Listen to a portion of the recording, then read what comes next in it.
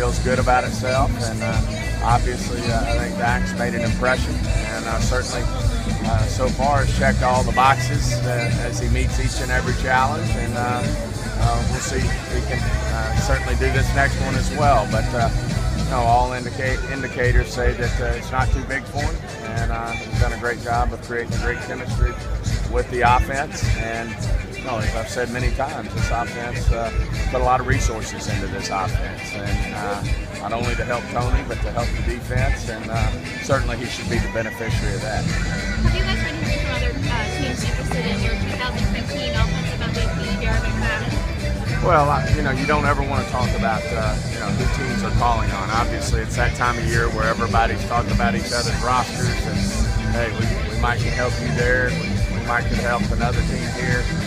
All those things take place, but it's so unfair to throw out names because 90% of the time these things never take place. Darren's a valued member of this team. I think the award speaks for itself. The great job he did for our football team last year. He's one of our leaders on this football team, and certainly you can't have enough of these running backs. Certainly it's hard to go the full year with just one, and it's great that we have the depth that we have. What do you guys get out of this fourth preseason game? I think it's a great opportunity for these young players to make one last push. There's fights for those last 4 or 5 spots on the roster. There's fights for the practice squad, and guys can really step up. We've changed our mind. Obviously you have it set in your mind as we sit here today what you might do when Friday rolls around.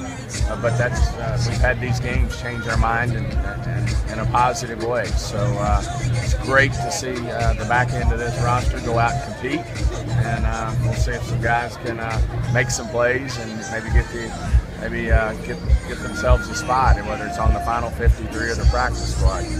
We all know that that practice squad feeds our roster during the season, and so it's a competitive situation out there. I actually really enjoy watching the game.